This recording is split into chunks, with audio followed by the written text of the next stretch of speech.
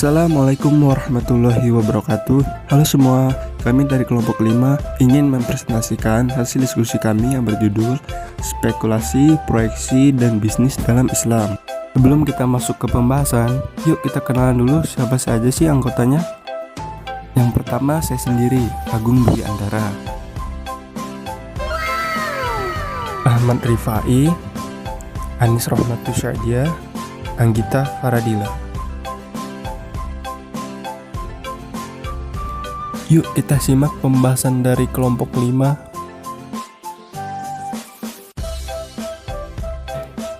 Kata spekulasi berasal dari bahasa Latin speculate, yang merupakan bentuk kalimat lampau dari speculari, yang artinya melihat ke depan, mengamati, dan menelaah. Istilah spekulasi digunakan untuk kegiatan yang biasanya dianggap investasi, tetapi dilakukan dengan cara yang menjurus kepada perjudian. Spekulasi mengandalkan nasib untung-untungan dengan risiko yang sangat besar yang dapat merugikan orang lain. Karena itulah dalam ekonomi Islam, aktivitas gharar dilarang karena unsur ketidakpastiannya sangat tinggi. Spekulasi dilarang bukan karena ketidakpastian yang ada di hadapannya, melainkan tujuan atau niat dan cara orang mempergunakan ketidakpastian tersebut. Di pasar modal, larangan syariah di atas mesti diimplementasikan dalam bentuk aturan main yang mencegah praktik spekulasi, riba, gharar, dan maisir. Salah satunya adalah dengan menetapkan minimum holding period atau jangka waktu pemegang saham minimum.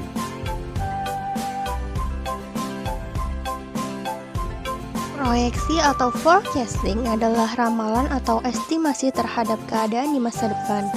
Ramalan untuk memperoleh gambaran tentang apa yang akan terjadi di masa depan yang akan dijadikan dasar perencanaan kegiatan dan pemasaran. Terkait dengan peramalan atau proyeksi atau menaksirkan sesuatu, Rasulullah membolehkan melakukannya. Jenis-jenis proyeksi atau forecast. Yang pertama menurut Saputra dan Asri berdasarkan jenis data yang disusun. Yang pertama proyeksi kualitatif, yaitu peramalan berdasar pada kualitatif di masa lalu. Yang kedua proyeksi kuantitatif, yaitu peramalan yang berdasar pada data penjualan di masa lalu. Yang kedua menurut Ginting berdasarkan sifat penggunaannya. Yang pertama proyeksi subjektif, yaitu berdasarkan perasaan atau intuisi dari orang yang menyusun. Yang kedua proyeksi objektif, yaitu data yang relevan di masa lalu dengan memakai teknik-teknik dan metode-metode dalam menganalisa data tersebut. Yang ketiga menurut Herianto berdasarkan horizon waktu. Yang pertama berdasarkan jangka pendek, mencakup jangka pendek kurang dari 3 bulan, misalnya peramalan dengan hubungan dengan perencanaan pembelian material, penjadwalan kerja, dan penugasan karyawan.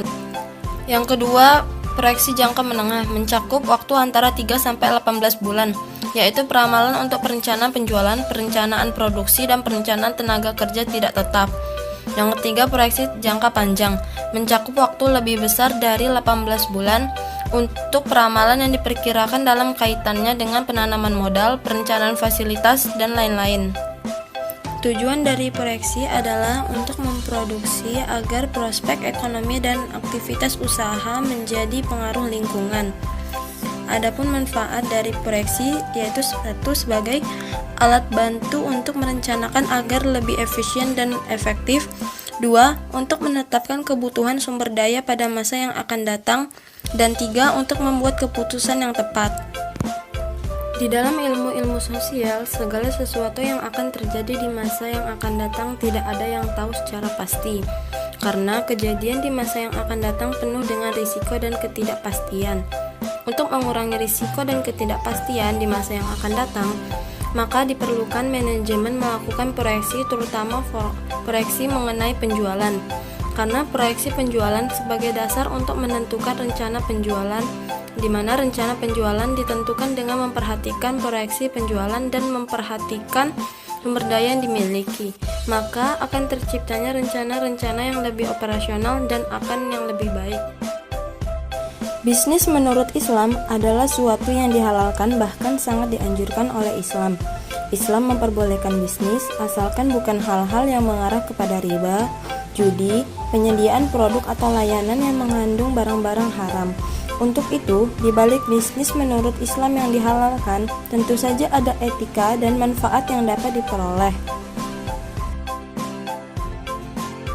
Secara umum, bisnis diartikan sebagai suatu kegiatan yang dilakukan oleh manusia untuk memperoleh pendapatan atau penghasilan dalam rangka memenuhi kebutuhan dan keinginan hidupnya dengan cara mengelola sumber daya ekonomi secara efektif dan efisien.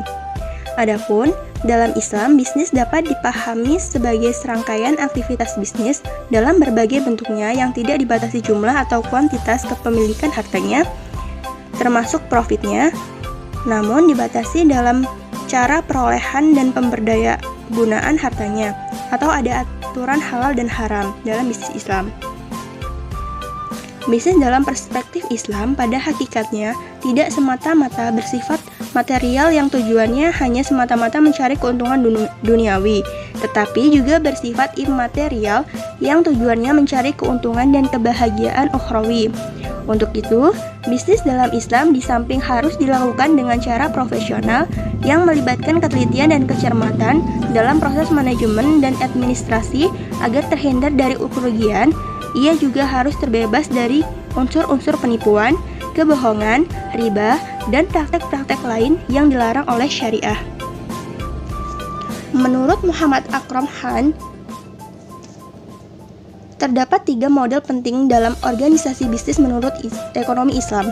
Yang pertama, sole proprietorship. Sole proprietorship dapat digambarkan sebagai suatu usaha yang dijalankan sendiri oleh perorangan tanpa menggunakan bentuk usaha yang terpisah dan tersendiri. Yang kedua, partnership.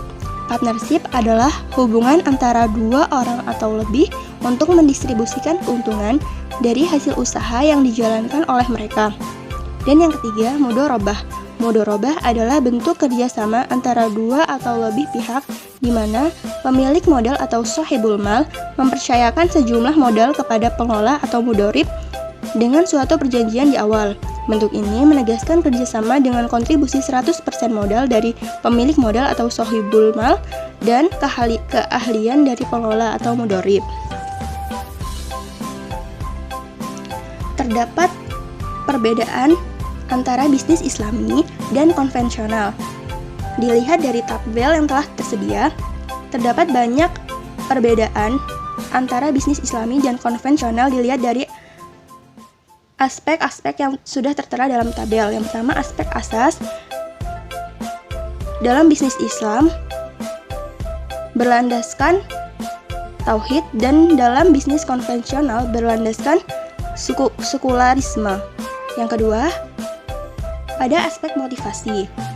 Bisnis Islami bermotivasikan dunia dan akhirat. Akan tetapi, bisnis konvensional motivasinya hanya dunia semata, dan seterusnya. Terima kasih telah menyaksikan video kami. Sampai ketemu di video selanjutnya. Wassalamualaikum warahmatullahi wabarakatuh.